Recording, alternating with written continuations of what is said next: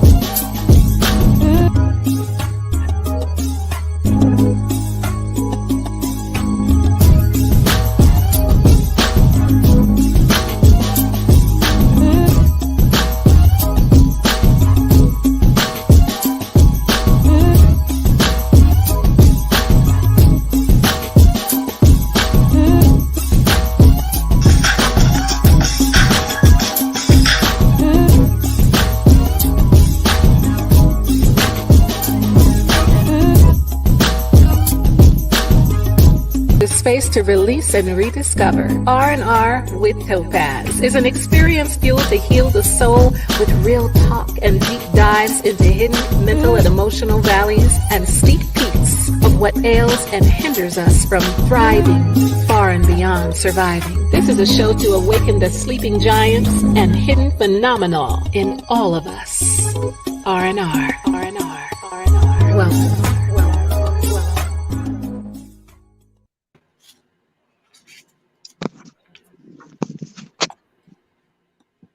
Welcome, welcome, welcome.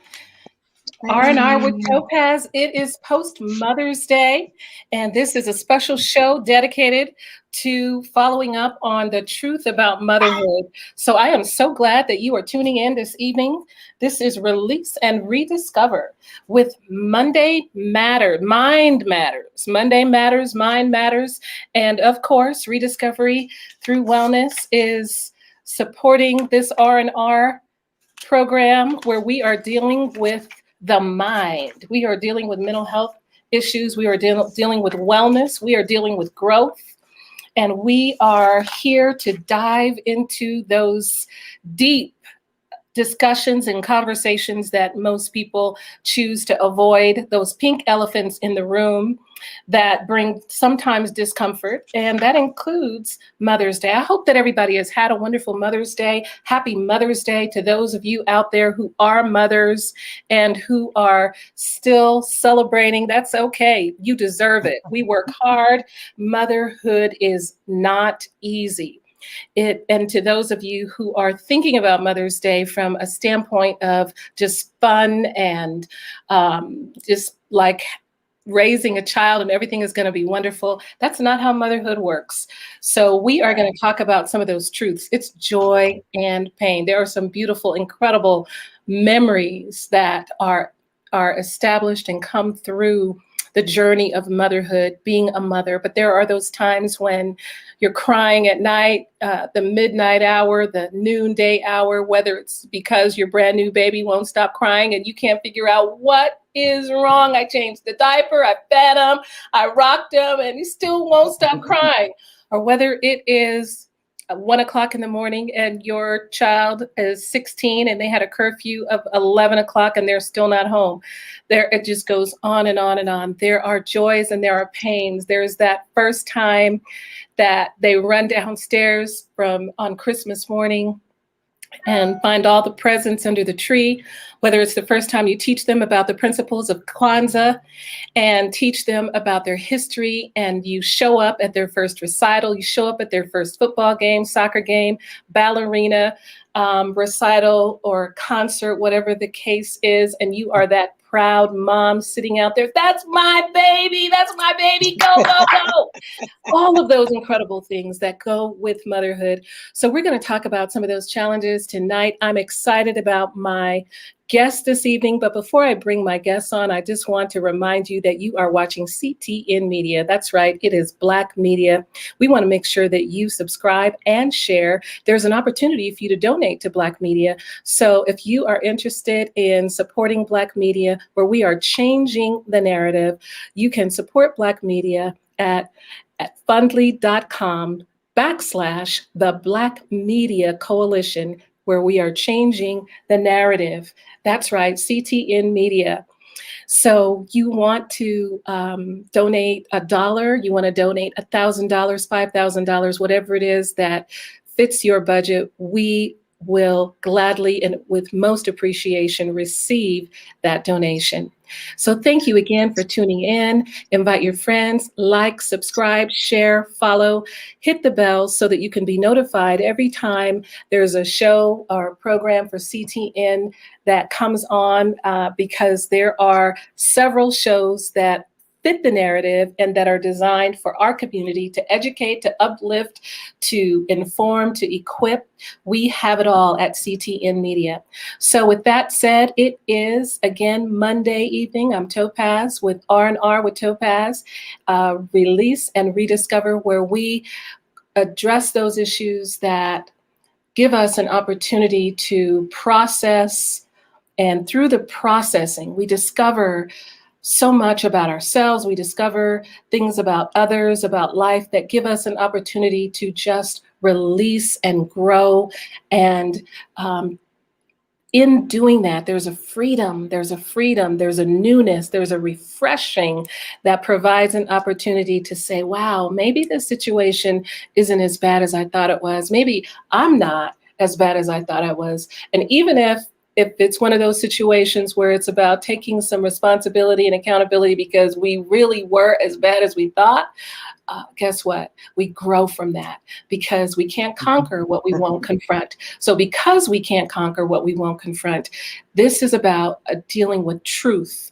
We don't dress it up here. We dig into those hard truths so that we can grow and we can rediscover ways to work through our issues, whatever they may be, whatever those challenges are, whatever those giants are.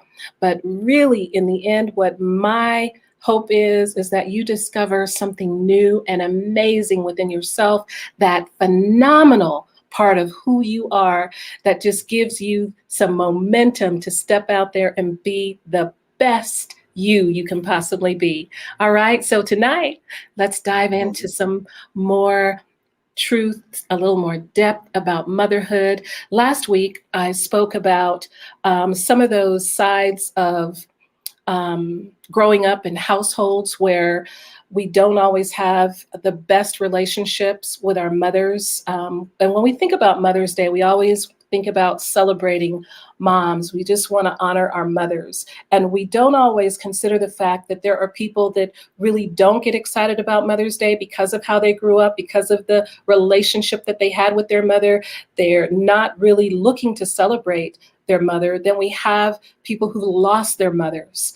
And so Mother's Day is a very, very sad time. It's a difficult time. Then we have that other aspect where it's all about joy, joy, joy.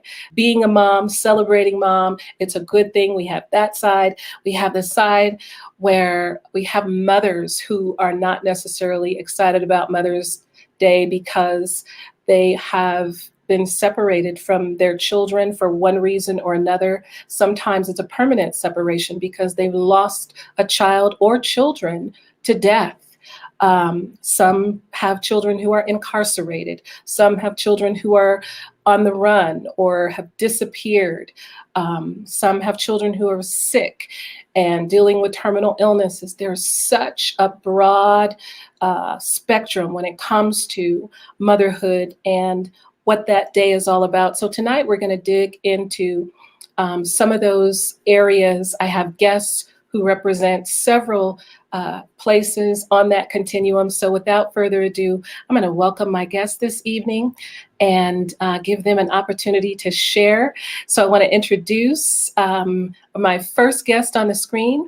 We have Miss Helen Bradshaw, and Helen is with us. I'm so excited about Helen. I consider Helen to be the village mother. She is the one who's available for so many who don't have mothers, shows love, shows mentorship, and just shows up with a heart of a servant's heart, serving all the time, even though she is a mother with a son. Do you just have the one son, Helen, or do you have more children? I have a son and a daughter. A son and a daughter. Yes. And she still is available for community. So that is Helen Bradshaw. So we're going to hear more from Helen in just a little bit. We've got Raven.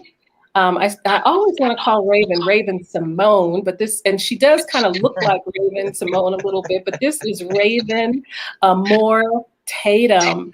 And Raven is a brand new mom. Yay! Hey, congratulations. Raven. She's got a brand new baby girl, Trinity Renee, who is not quite a month old. So she's a brand new mom. Then we have Ashlyn Eliku, and Ashlyn is with us this evening. Ashlyn was an only child, and her mother was her best friend. They were like two peas in a pod, always together. She lost her mother almost 2 years ago now.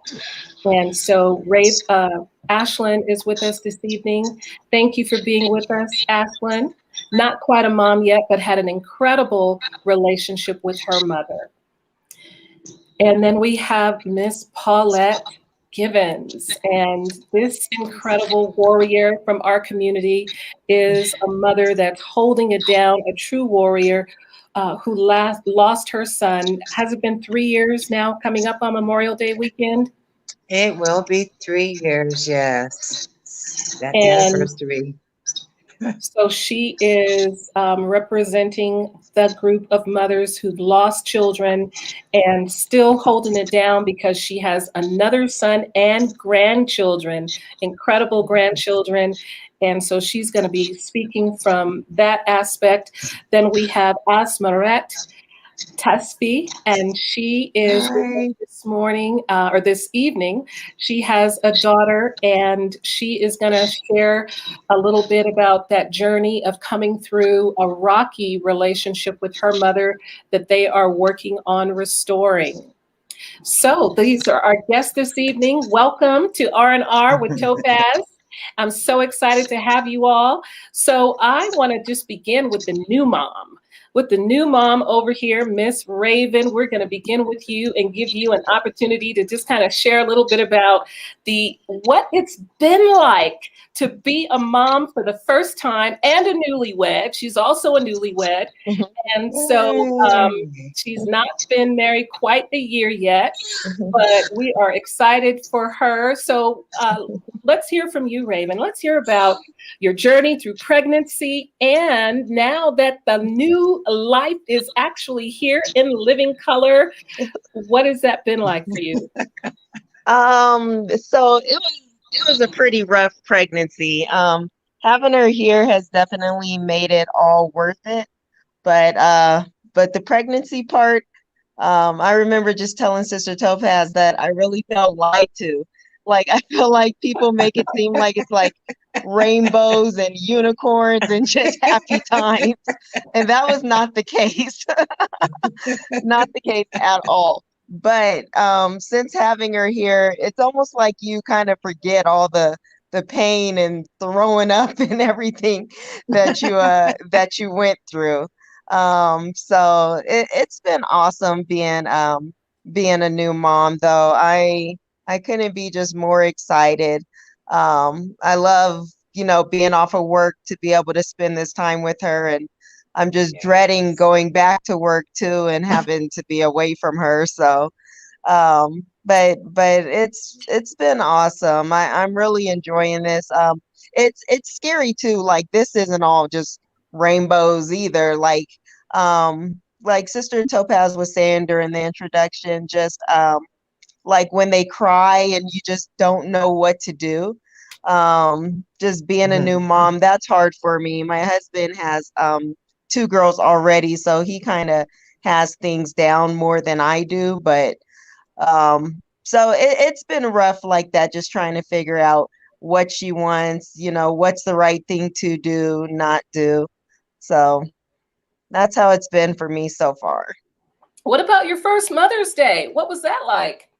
You actually Oh, made that me was really spoiled for nice. a I change. mean, it was nice getting all the Mother's Day love and everything. I don't know. Honestly, I guess since she's just still so new, it's kind of like another day, only because she's so young. But it was nice. It was nice having people say that to me. Usually, I'm the one dishing it all out, so it was a little different for the first time having people say it to me. Well, happy Mother's Day again. Thank you. So, Ashlyn, how was Mother's Day for you yesterday? This was your second Mother's Day without your mom. Can you talk a little bit about what you and your mom used to do on Mother's Day and why Mother's Day was so special to you before and what it's been like for you these last two Mother's Days?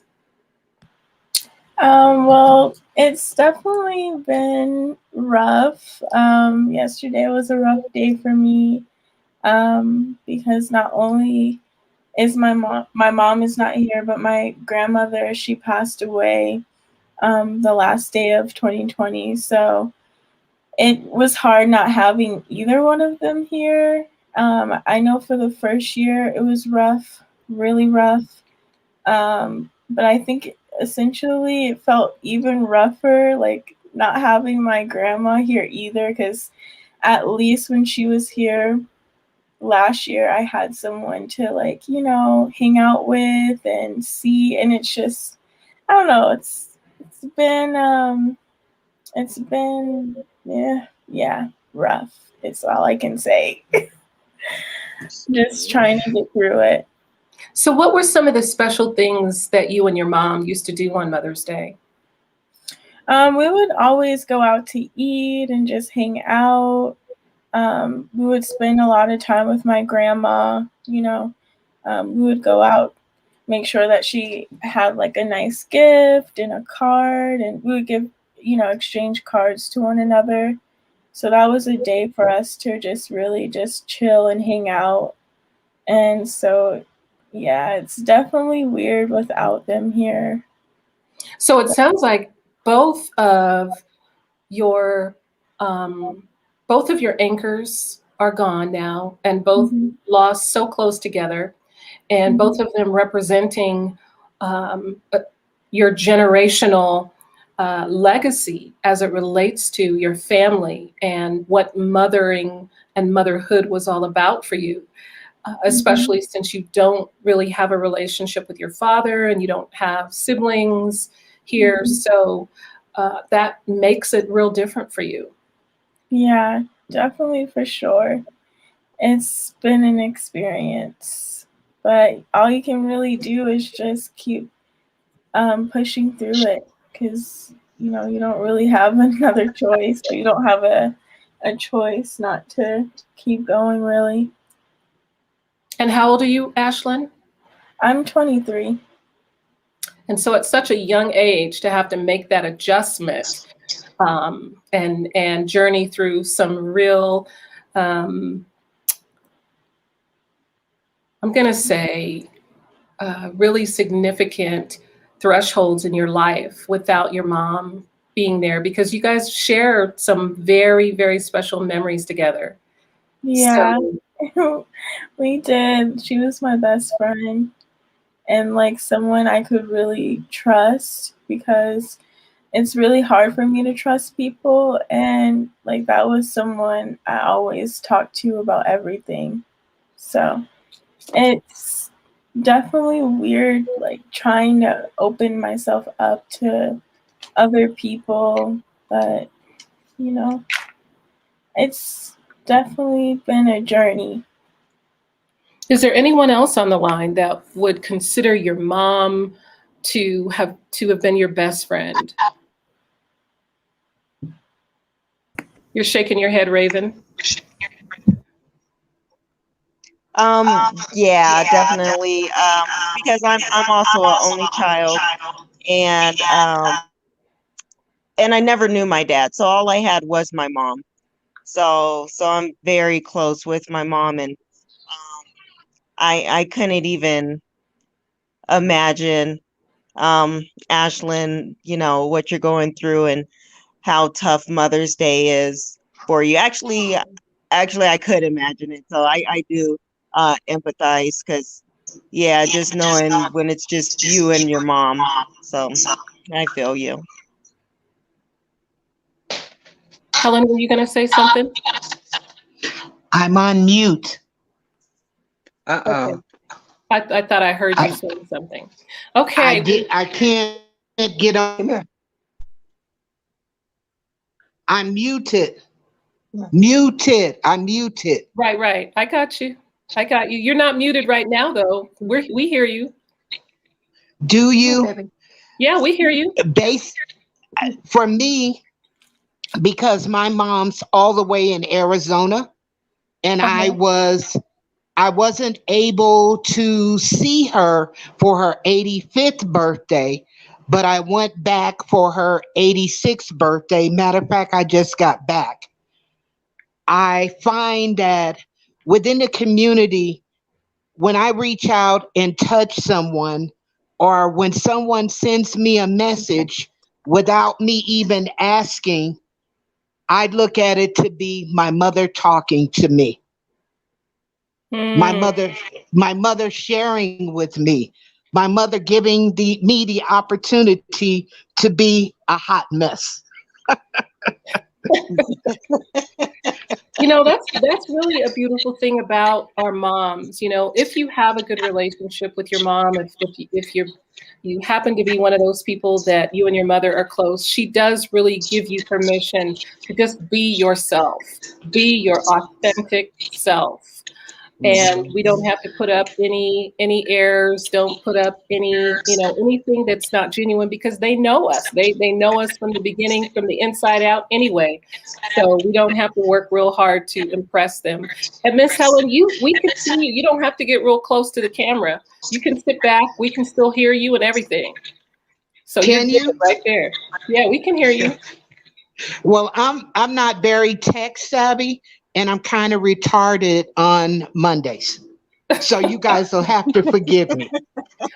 On Mondays, yes, and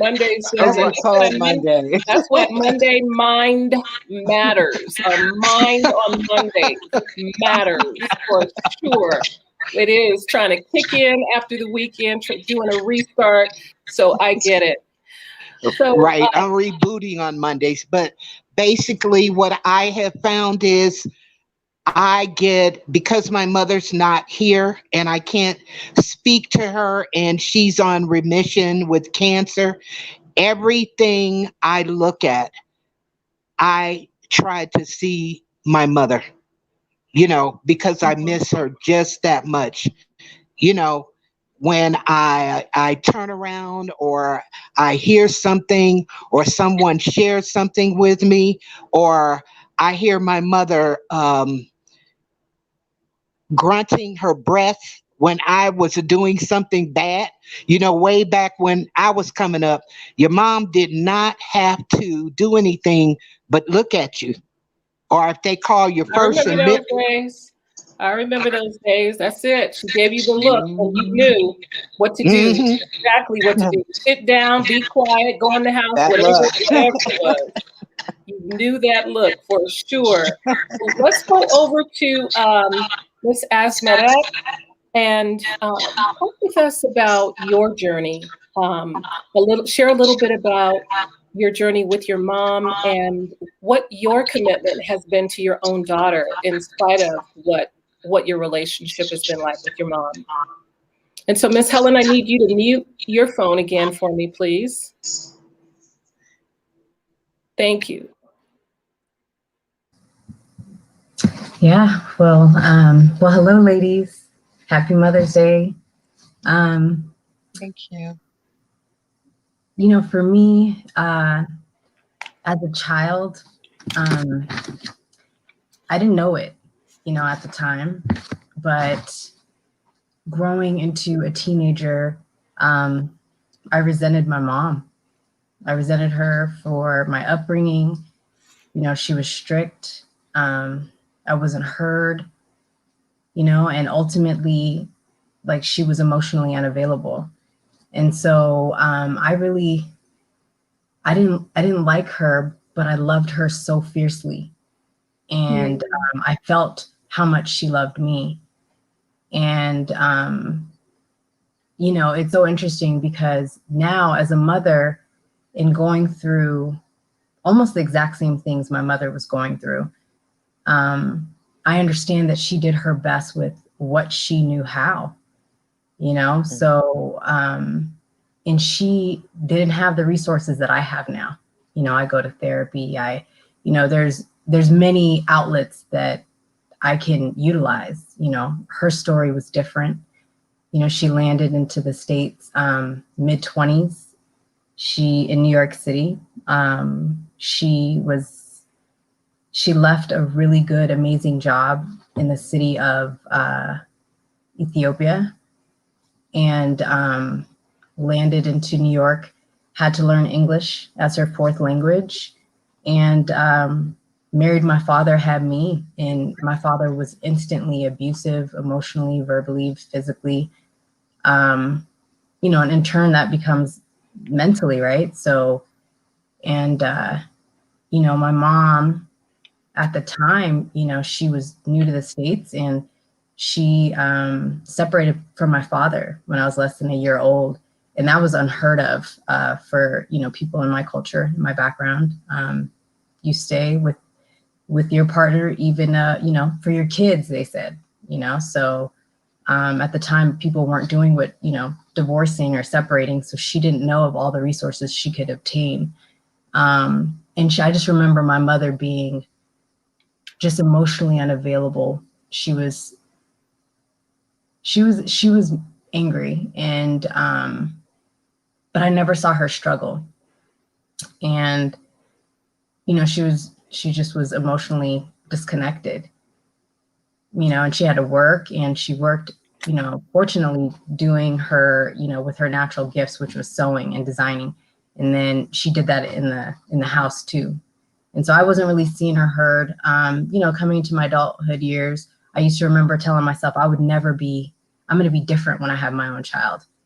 And, but it's interesting because I got into a relationship, an abusive relationship, which is my daughter's father. And it's wild how I've pretty much repeated that cycle, you know? And I see myself doing so many things my mother was doing to me, to my own child.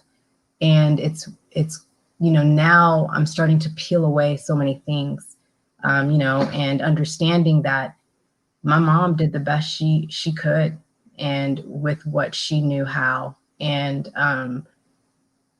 she was just, her strength is admirable. Right now, like, for me, I'm trying to be very intentional with my healing. So I do not lose a connection with my child, because after a while, if I'm not going to hear her and do these repeated patterns, you know, it's going to be it's going to be as if you know, the cycle is going to continue. You know, words are powerful, and the cycle is going to continue. So it's for me, it's very intentional that I heal. And I also see now, I mean, me and my mom, we're friends now. You know, we're becoming friends, and I'm learning to forgive her. It takes time. It's not easy. But I know that she was dealing with a lot of unresolved trauma. You know, I can't blame her for that.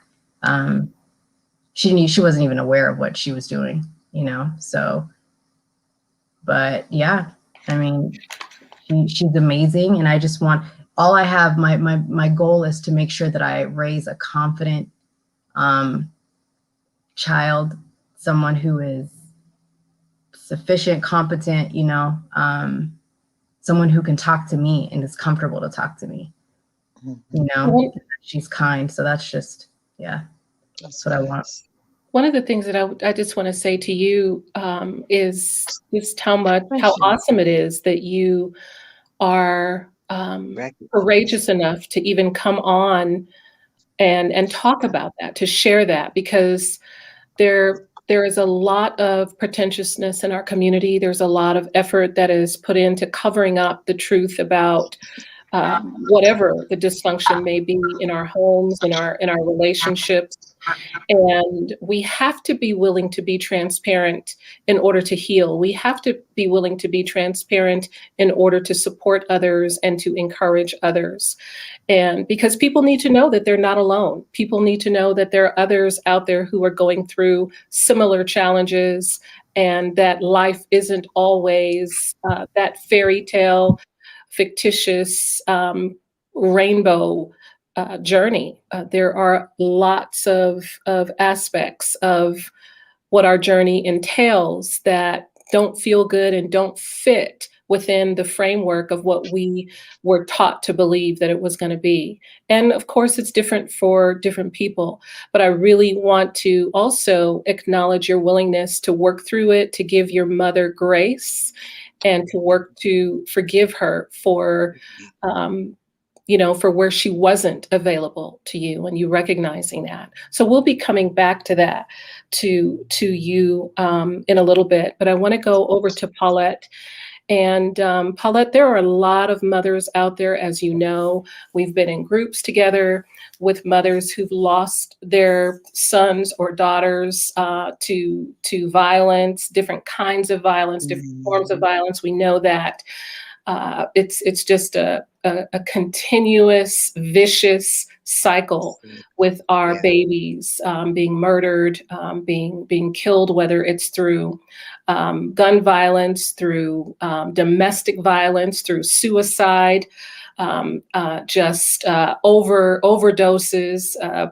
high risk lifestyles, prison, all kinds of things, taking our young men and women out. And your situation, one of the reasons why I have such admiration for you in terms of your resilience is the fact that you were right there when this situation happened with your son.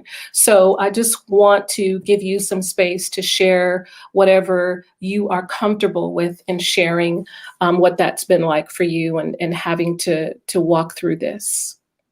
Okay. Well, thank you, Topazz, for inviting me. You know, I just love you, sister. You've been wonderful to me, and it's good to see you other mothers. I had a good Mother's Day yesterday. Yay. I had a great Mother's Day, and but it took me a week to make sure that I was going to be okay. And part of that is because well, my sister just lost her son not too long ago, and So sorry to hear that. so you know, it's like you said, it's an ongoing thing with our son's violence and all the other scenarios of things. And so I did miss his call yesterday, but I missed my baby. My firstborn was will be gone 3 years on the 27th of this month. I was there. It hasn't been easy, but I also have another son who was there as well. Oh gosh, it's like you grieve, you're hurt, you feel disrespected, violated, and everything under the sun that's ugly and dark and low vibration. And I did do some therapy. I did some therapy with you. And, you know, and then there's those nights that you can't call your therapist, so you have to call on God. But I do have grandchildren. God has blessed me with a beautiful family. It's one thing to lose your child at any age, but then to see the pain on the other children that you have who are looking up to you for strength, wisdom, guidance, light, love is another. And that pain, to see them watching you, is almost as devastating as the, you know, the act of violence, murder itself. So that's helped me to call on help for myself. It's still hard. I did a lot of processing. Um, what kind of mother raised that man? If he had a mother, what was she like? There was times that I was so angry. I'm not there anymore because I realized he didn't have what my children had. And there was times that I was emotionally absent. I wasn't parenting doesn't come with a manuscript. And parenting for us as Black women, it's a lot different than other groups of races of people because we do go through so much. Our parents, their parents, then us and our stuff. I'm still growing through my grief. I still wake up at the hour that my son was murdered.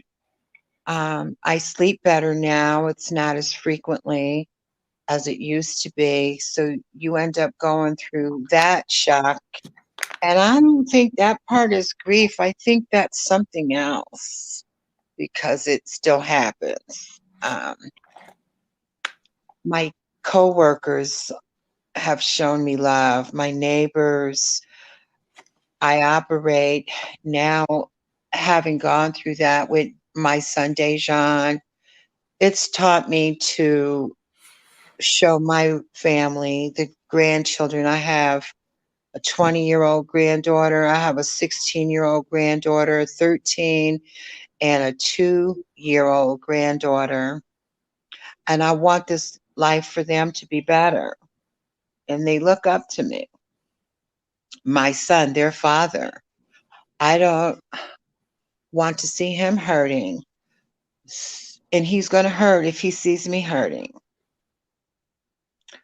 I have to operate in love, light to everybody, black, white, wherever I go, whenever I walk out the door, because I want all good karma, all good life to go back to the rest of my children. I can't steal a bobby pin. That's what this thing has done to me. Okay. If I find $1 on the ground, I'm going to give it to somebody else who needs it.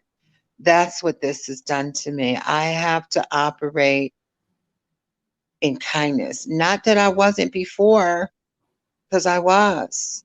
I taught my children how to do that. They're like me. I miss him so much, but I also know the other mothers are missing theirs too, and that I'm not alone. My sister said, "Why our sons?" And all I could say is, why any mother's son? Mm. Any mothers, to gun violence, to suicide, to domestic violence. Why anybody's daughter?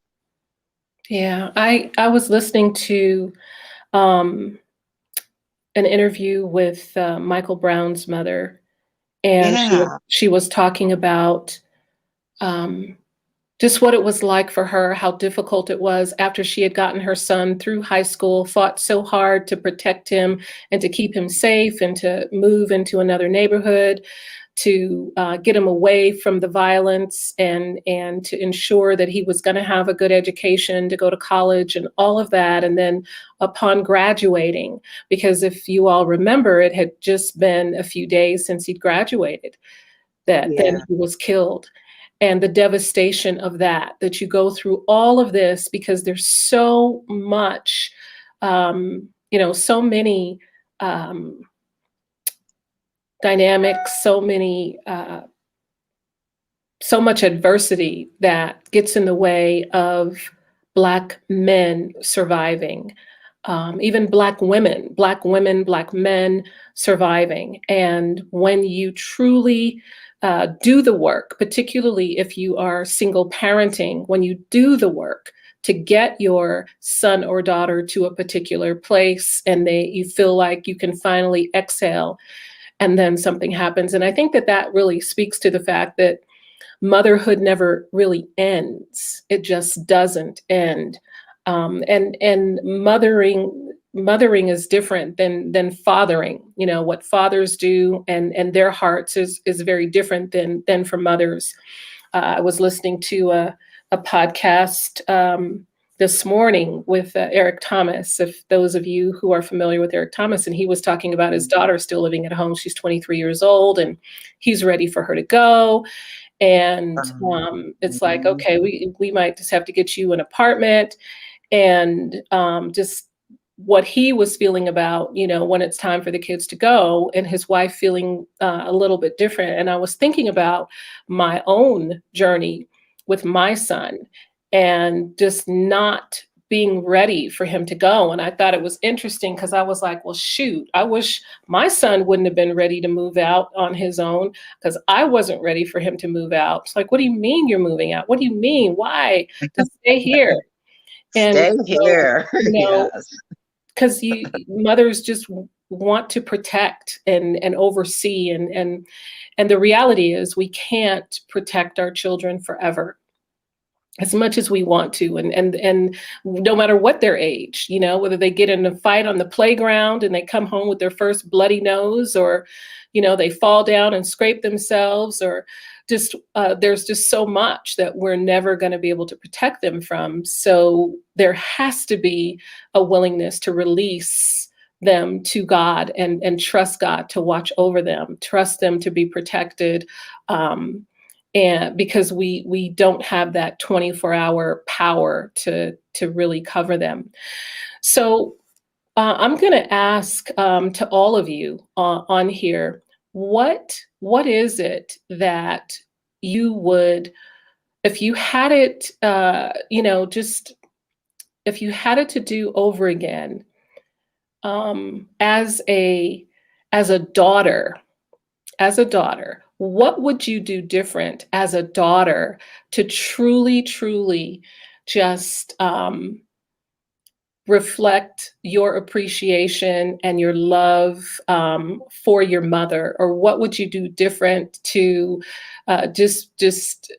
let your mother see who you truly are in your strength? So one or the two of those responses, and anybody can go first. Either what would you do differently as a daughter to really show different appreciation and love for your mother? There's that one. Or what would you do different to truly reflect your strength and what it is that your mom has deposited in you, so you could show that off and let her see that in you as a young girl? Well, let me speak on that. I lost my mother at 28.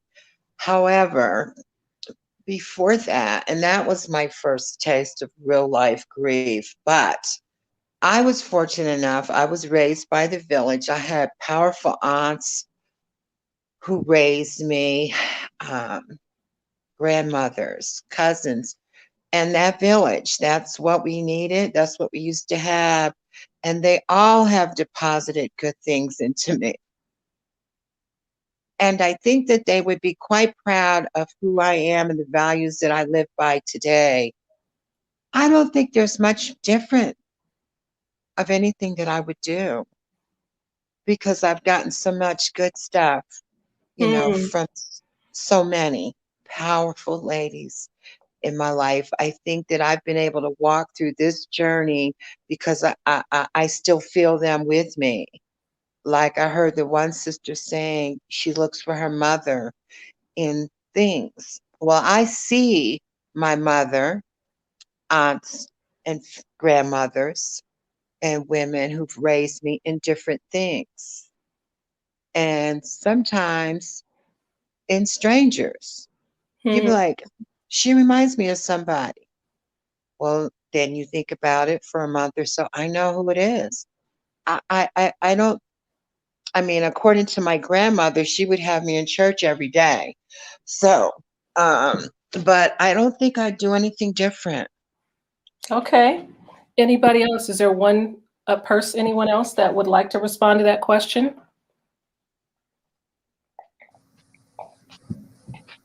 I think for me, because of, as I mentioned, my mom not really allowing me to express myself and her not listening.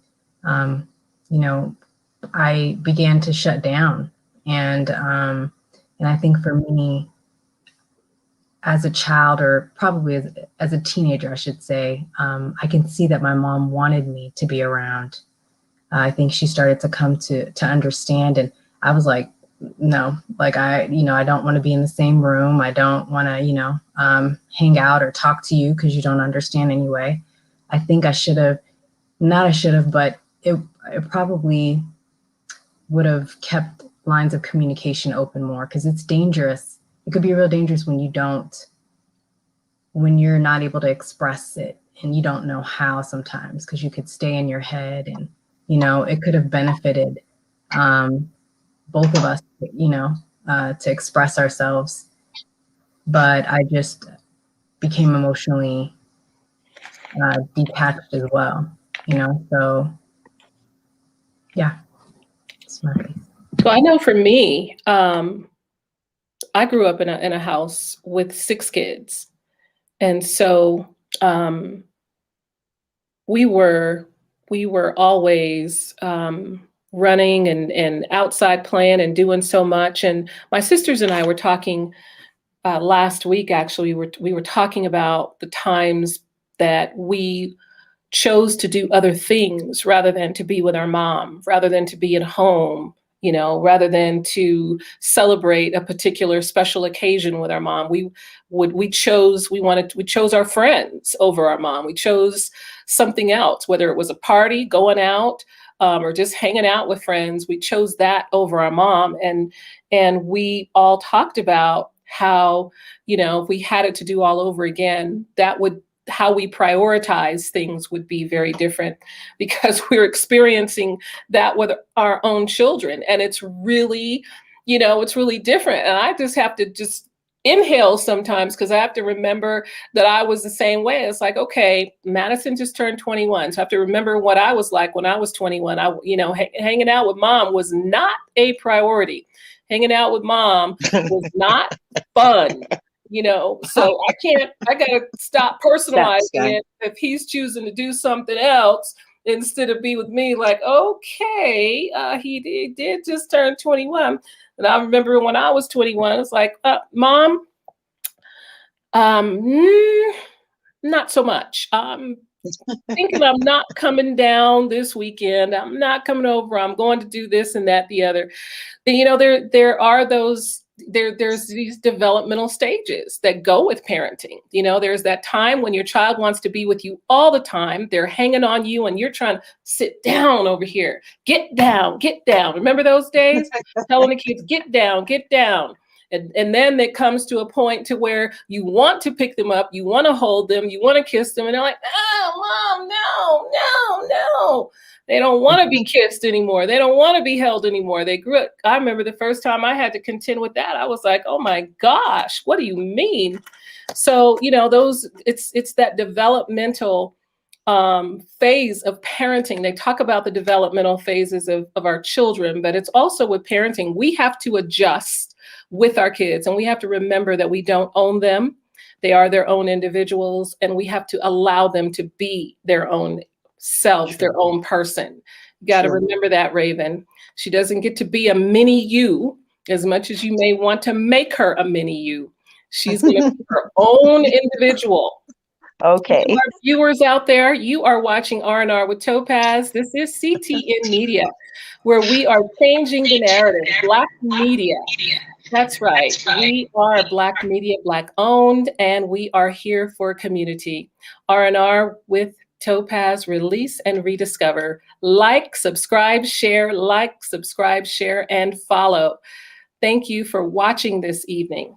So, anyone else, back to the question, was there anyone else that wanted to respond? I want to give someone else, one more person, a chance to respond if you'd like before I ask another question.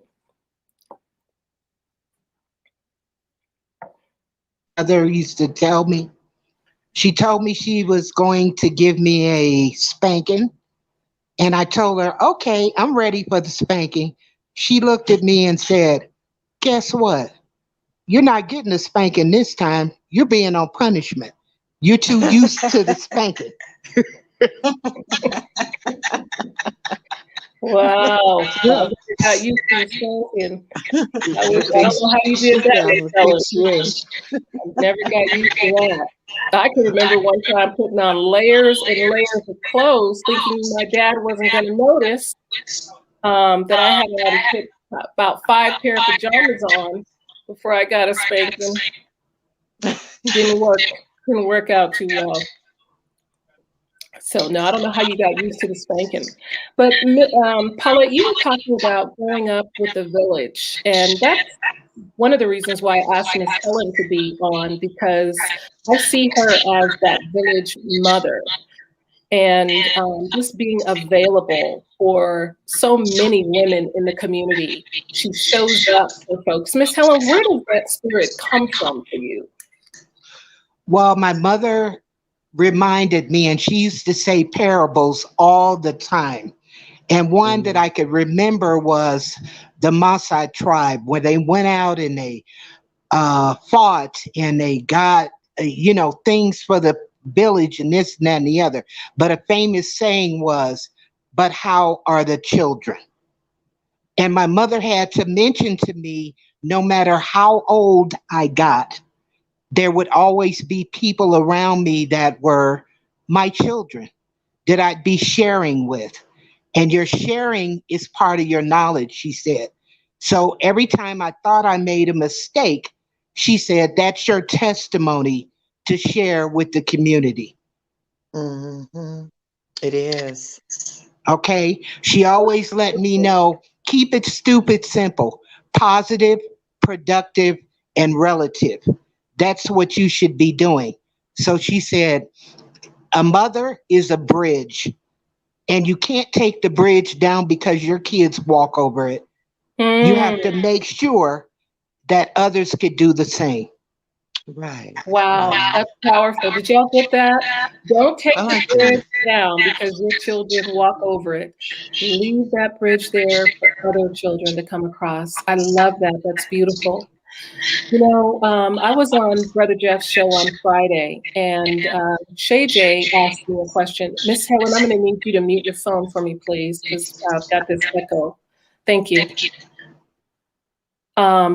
She asked me this question about young women who are wanting to be mothers, some of them pregnant, and what would I say to these young women? And she didn't really give me an age frame, but I've been thinking about that question.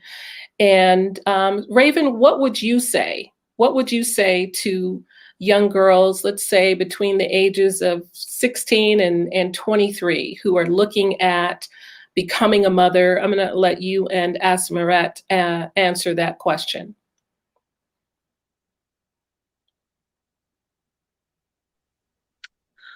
I'm sorry, you really threw me off. Like the 16-year-olds wanting to become a mom later on, or becoming a mom at 16? Now, because you know there are a lot of young moms out there, and whether they you know, they planned it or not, they're pregnant, they're having babies. So apparently, I'm going to assume that because they're having the child and keeping the child, that they want to, you know, they want to be a mom. And we know that that may not necessarily be the case. Maybe they didn't have any other options. But what would you say to these young mothers out there about being a parent? I mean, since I am still so new to it, I mean, I didn't have my baby until I'm 34. Well, I just turned 35, but until I was 34, I mean, I really waited. And actually, I honestly think I waited too long. I think I had a lot of like issues with my pregnancy. And I think my age kind of had a factor to do with some of the stuff. I was almost high risk because of my age. But I would just say be prepared. I mean, it's not just like a little doll that appears. I mean, a baby is like a real life person that needs a ton of attention. Like, I mean, I get like no sleep now, like every 2 hours, like I'm up. You really just have to be prepared. And I would really just say, like, oh gosh, just the 16-year-olds, like even being a teen, just having a kid, it's such a huge responsibility. I mean, being a grown-up having a baby is just such a huge responsibility. um I would just say really just be prepared financially. I mean, it's not cheap. I just got the hospital bill for having her, and we were just in the hospital, what, 3 days, and it was, you know, like $13,000. I look down and I see like one lab was like $500. Like, it's not cheap. And I mean, thank God for insurance. I have pretty good insurance, but it's just not cheap. And then also, I would just say really just who you choose to have a baby with. Um, there's just so much to going into having a baby. Um, just so much, like, just be prepared. Asmarat?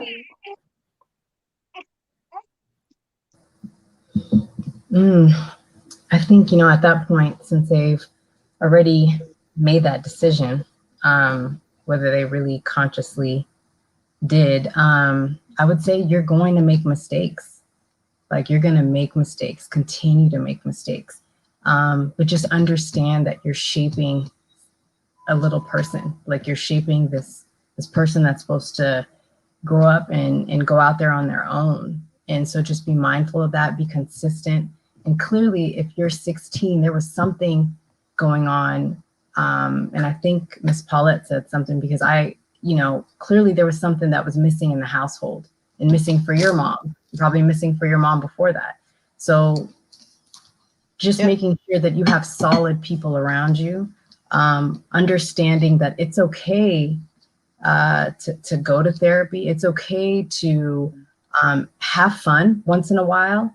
I think that's the thing. When you're 16, you haven't had time to let a lot of things out, a lot out of your system.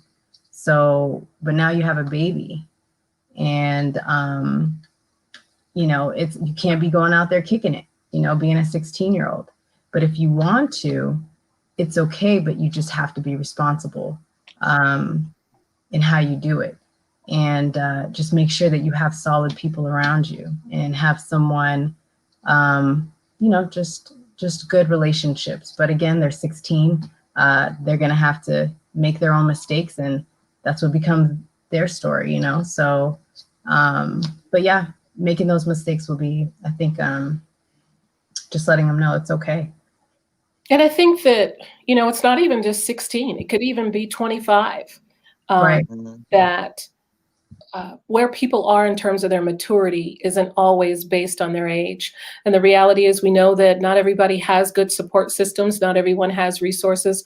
But one of the key things that I heard was make sure that you choose the right partner. I see Linda Johnson's comment is, yes, Raven, making sure you choose the right partner to have a baby with is critical. And it is critical, because that is going to be your life partner from the standpoint of parenting that child, whether they're absent or not. That individual is still that child's father. And to every mother out there who's using, whose mindset is that if I have this baby, then I'm going to get this man. And please know that it doesn't work that way. It does not work that way.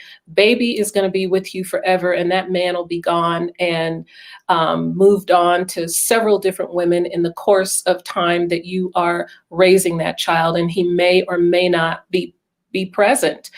He may be responsible enough to support you with regard to meeting the child's needs and co-parenting, because young men are getting better at that. However, to think that is something that you can use to trap a person, to control a person, is so unfair to the child. And then holding the child away from the father because you're angry with the father, that is so abusive. It's a form of abuse. And it's abusive to the child, and for a father who wants to be in the child's life, and you're withholding the child because you're upset because of what happened in the relationship, is just totally inappropriate. And you're not considering the child at all whenever you do that. I want to, another question that I was asked that I've processed just because I do a lot of self-reflection on the course of my day, how my day went, and just different things that happen. And so in processing my answers, just because I know that whether it's 2 people watching, whether it's 5,000 people watching a show, when you have access to people's hearts and minds, and they're looking in hopes of walking away with something, what we say is so critical. So then my next question, and I'm not sure what happened with Paulette, but I wanted Paulette to be one to answer this question. So if she gets back on, we can have her to answer. But Ashlyn, I've heard you talk about having a child, what kinds of things you would consider before you would have a child. So I'm going to present this question to you. To those women out there who want children and have not been able to have a child, to those women out there who really have tried and maybe have had miscarriages or just whatever. There's just nature has gotten in the way. Maybe they haven't met the right partner. They want to be married first and they're not married and they really want a child and they feel like they're getting older. What would you say to them about not being able to or not having had a child yet? Oh. Well, I would just say, man, that's hard. Still fast. I really don't know exactly what I would tell them, except What would you say? What would you have to? What would you share with someone who's feeling, hurt or disappointed, feeling inadequate, feeling less than because they're always being pressured. Somebody's always asking them, why don't you have children yet? What's going on? You're not a mom yet. What would you say to them, Miss Helen? Well, actually, I feel that parenthood is an opportunity for you to start doing your homework. There's so many moving pieces to being a parent. Even if you see something or see someone that's lacking in parenthood and you could pick up the pace, that may be your mission, that may be your goal. But sometimes we look at things in too much of a black and white type of issue.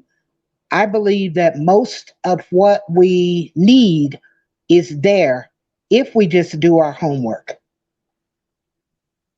Okay.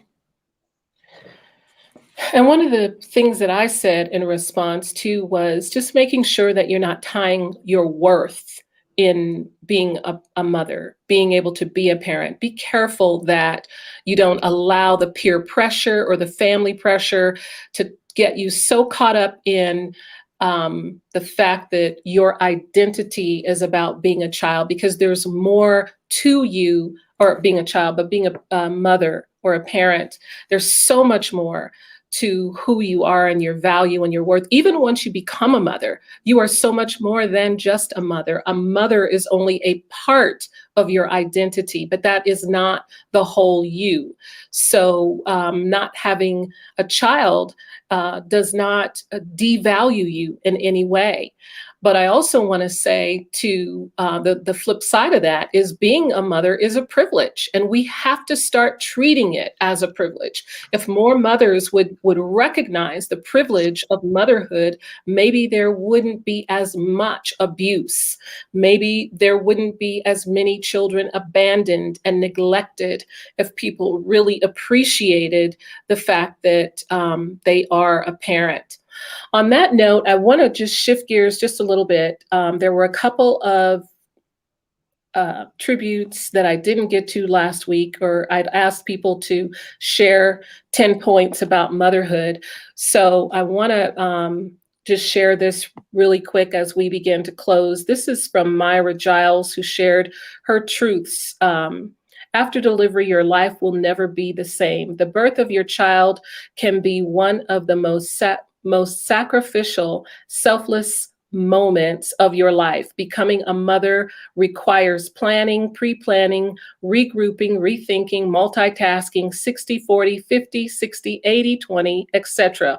on a daily basis. Motherhood is truly a gift from God. Your children are gifted to you to rear, to love, to teach, and protect. And that is so connected to what I was just saying about the privilege of motherhood. It really is a privilege. It's a blessing.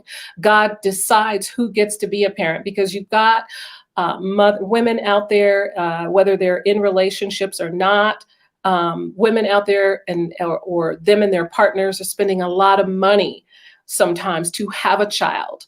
To finding surrogate mothers, all kinds of avenues that they're taking. But if you think about what Miss Helen Bradshaw shared with us, which was so beautiful, and what she does in really bridging to be available to those children, to even adults out there who still need a mom.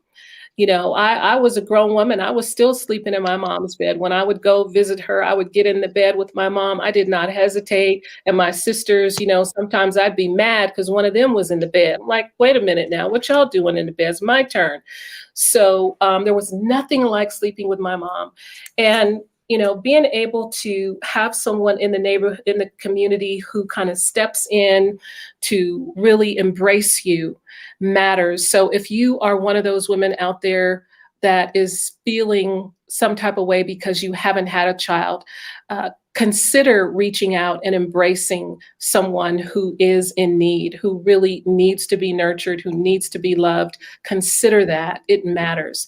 So with that being said, I want to just give each one of you a minute to just offer some closing words, anything that you want to offer in closing. So we will start with you, Esmerette. We'll work around to Raven, Ashlyn, Miss Helen, and we'll close with Miss Paulette. And if you don't have anything, that's fine too. I think I would just want to say healing is, no one can be 100% healed. It is an ongoing process. Continue, and don't be afraid of doing it. Everyone has different outlets. It's not just therapy. Find that outlet for you. Faith, art, whatever it is, and just try to be present and enjoy your time with your child and with your mother, whoever those figures are for you. Just make sure that you just are intentional about your time. Thank you. Mm-hmm. And again, I just really just want to honor you for your dedication and commitment to healing and growing and just really turning things around so that for whatever years, whatever time you have left with your mother, that it ends up being something that you really, really know that you invested in and you did your best and that you made it obvious to her that she matters. Thank you. Means Raven? Okay. Just what I would like to offer in closing is, as being a new mom, is that so far it's really been like just a huge blessing and awesome. But I mean, it's also just a huge responsibility to, once again, a baby's not just like a doll or, I just don't want anyone to feel like having a baby to maybe like completes you. Like, it's just something that you just really have to be prepared for. So, and that's just what I'm realizing as a new mom. Yeah, that's what I have to say. It's a huge blessing, but it's also just a huge responsibility too. And just be prepared. Don't rush into having a baby. It's just a huge responsibility. Well, and Miss Helen, I need you to mute for me, please.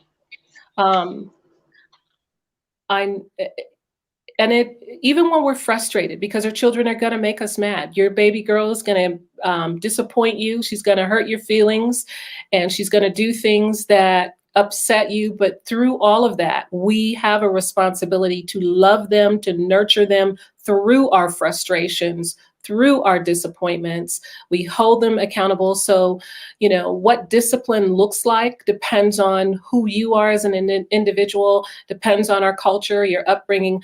But what should be consistent is doing whatever that discipline is, and working with them when we're upset, to show it through love, to continue to show love and to nurture them, and to always remind them of how valuable they are to us and how valuable they are to the universe, that they have something to offer, that they're here on purpose.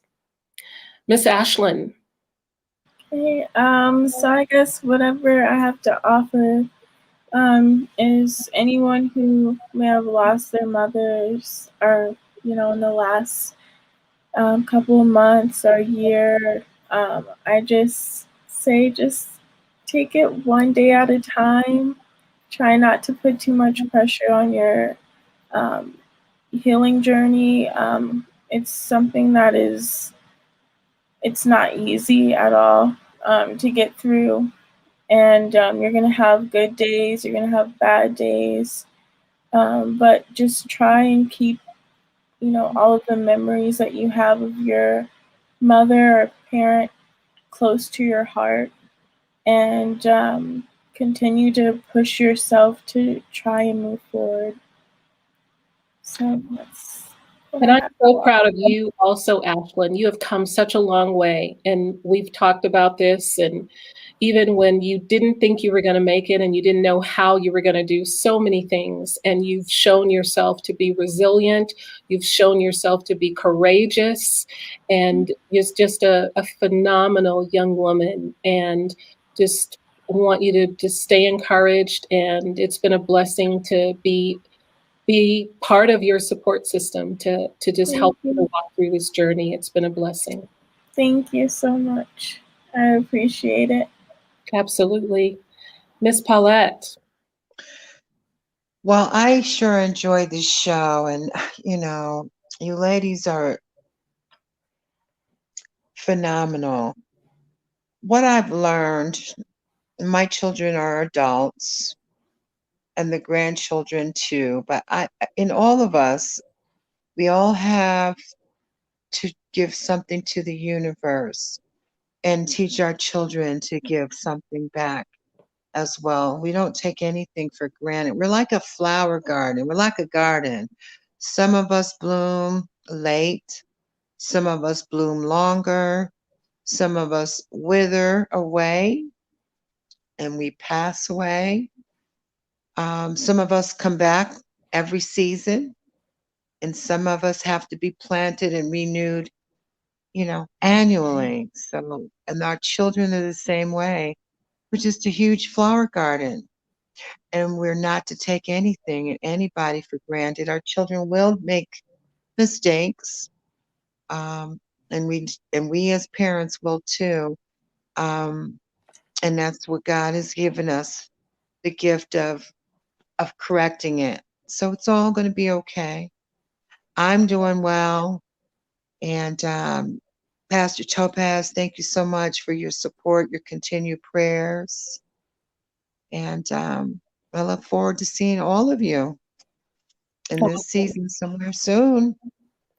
Well, you are certainly just a rich, rich breath of life for mothers out there who are in this journey of figuring out how to go forward without the child that they lost. Because what is required to continue to be available for whatever children have survived and are still there is so much, because there's already so much required of a mother, even when all of her children are alive. When you're going through, when you're dealing with disappointments, when you're dealing with life and life isn't going well, lost your job, on the brink of being evicted or losing your home, and you still have to be there for the child. Still got to be able to show hope and love the child. And let alone, having lost a child, and you still have to be there to be a source of inspiration and encouragement for not only your son, but for your grandchildren. And you have done that so marvelously.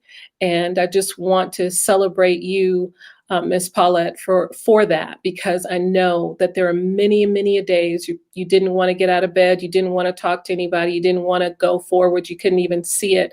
But here you are at year 3, you've made it. And I know there's still difficult times, but because you have done it, you are showing other mothers that they too can press through. So God continue to bless you and keep you as a pillar in our community. Thank you. I mean, I wouldn't be honoring my own mother or grandmother, and I definitely wouldn't be honoring the son that I lost and the children and family members that I have now. And I've got new grandbabies on the way. I wouldn't be honoring them by giving up on myself. I definitely know that my son Dejan would not want me to give up. So, and I don't like feeling miserable. And so that's the part. I mean, and then I just want to share this with you, younger moms, new moms, and anybody that's going to.